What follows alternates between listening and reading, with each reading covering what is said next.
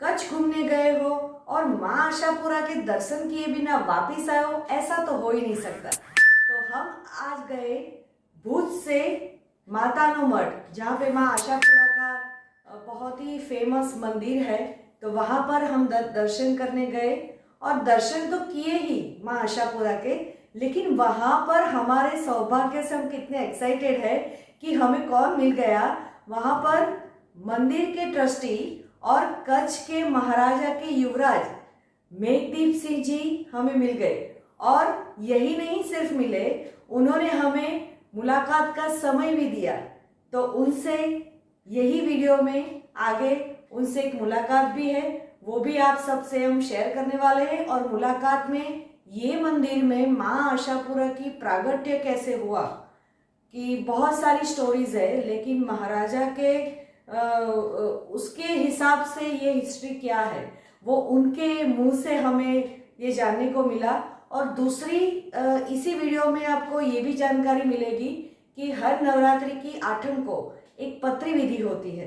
तो वो पत्री विधि सिर्फ और सिर्फ ये महाराजा को ही ये नसीब होता है, वही कर सकते हैं। तो वो क्या है, कैसे होता है, वो पूरा सारा कुछ इसी वीडियो में, इसी मुलाकात में आपको मिलने वाला है।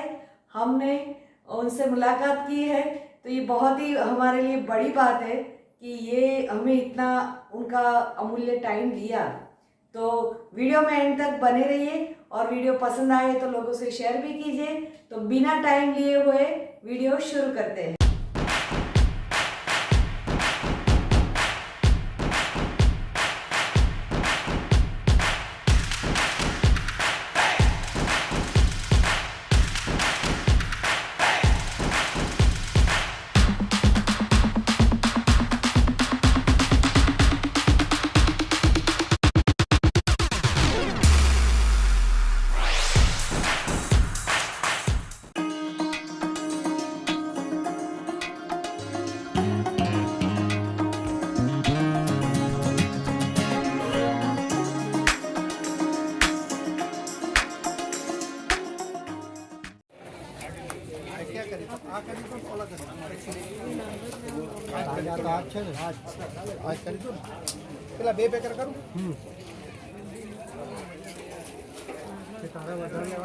ये माता जी का द्वार है जहाँ से जनरल पब्लिक आती है। वहाँ पर बस स्टैंड है और वहाँ से आगे चाचर चौक है।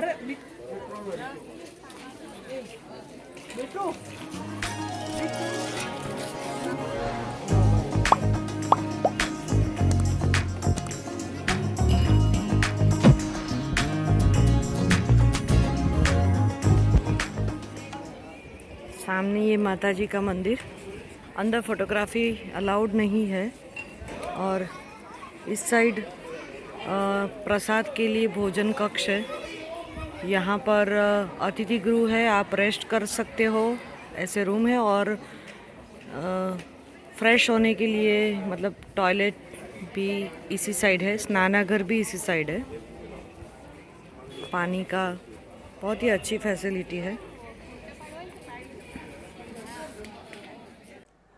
हेलो फ्रेंड्स, आज हम यहाँ पे आए हैं माँ आशापुरा के दर्शन करने के लिए कच्छ में माताना मठ में।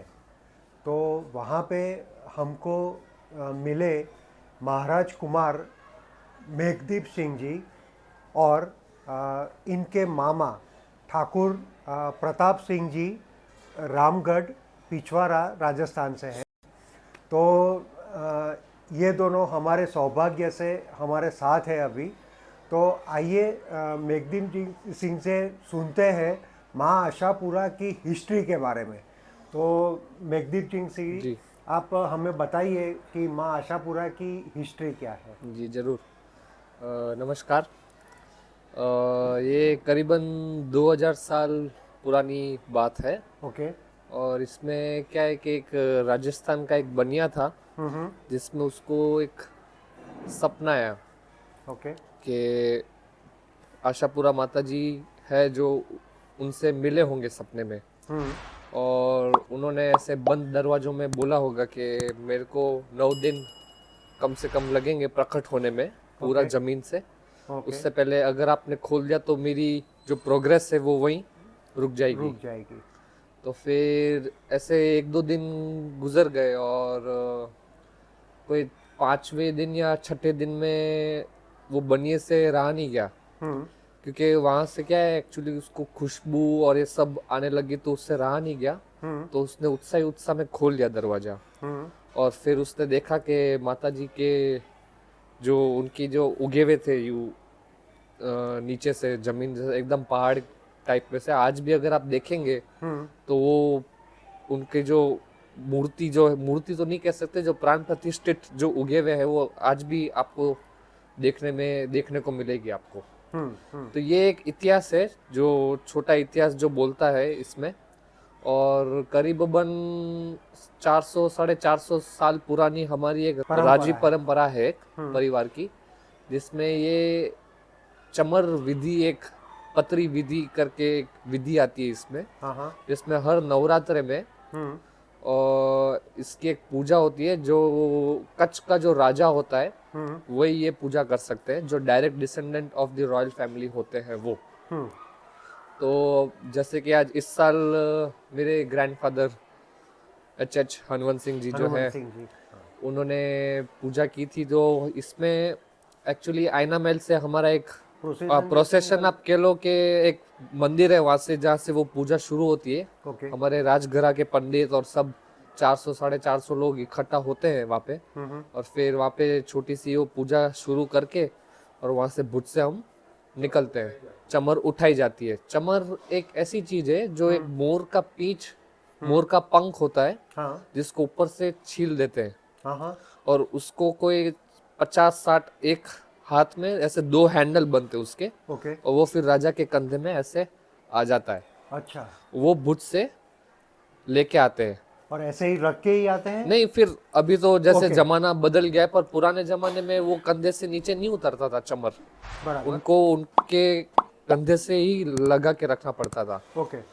फिर ऐसे जैसे भुज से हम वहां से निकलते हैं, फिर दूसरे दिन राजा साहब, यहाँ पे हमारा एक कुंड है चाचरा कुंड, वहां पे उनको पहले शुद्ध सुबह सुबह सनराइज से पहले उनको नहाना पड़ता है, और नहाने के बाद उनको घेर लिया जाता है, ताकि उनको कोई छू ना पाए, ना वो किसी से कोई भी संपर्क में ना आए वो। तो उनको चाचरा कुंड से वॉक से एक प्रोसेशन होती है, एक रैली टाइप, वहां से लेके और पूजा में फिर वो डाकले एक है, एक इंस्ट्रूमेंट डाकले वाले, उसके आवाज से ही माता जी क्या खुश होते हैं, तो उनकी जो इच्छा होती है वो पूरी कर देते हैं। अच्छा, तो अगर राजा साहब इसमें यूं पुराना है कि भाई कुछ भी हमारे हाथों से या हमारे कच्छ की प्रजा से कुछ भी भूल चूक हो गई हो तो हमें माफ करना। जैसा एक कपड़ा यूं बिछा हुआ होता है, चुनड़ी, और माता जी के कंधे में पत्री होती है, और फिर वो डाकले जैसे ही जोर जोर से और तेज तेज बजाने लगते हैं, तो उसकी खुशी से माता जी का आशीर्वाद राजा के चुनड़ी में झोली में आ जाता है। अच्छा, और फिर वही झोली फिर हम लेके और फिर आम जनता को और हमारे साथ जो भुज से जो जुड़े हुए हैं बराबर, ऐसे लोगों को हम फिर दे जाते हैं, और बाकी की हम मंदिर में रखते हैं। अच्छा, ये एक परंपरा है। और अगर कभी कभी ऐसा भी होता था कि राजा को पत्री नहीं मिलती थी, तो कि माता जी राजा से नाराज है, तो ऐसा हुआ है कि उनको वापस चाचरा कुंड में नहाना पड़ता है दोबारा। अच्छा, दोबारा उनको नहाना पड़ता है, और फिर दोबारा उनको वापस नए तरीके से उनको पूरी विधि स्टार्ट करनी पड़ती है माता नमन में। अच्छा। ये इसका इतिहास अभी तक आज तक बोलता आ रहा है। 700 450 में नहीं, 700-750 साल पुरानी परंपरा। बराबर जी। Very nice.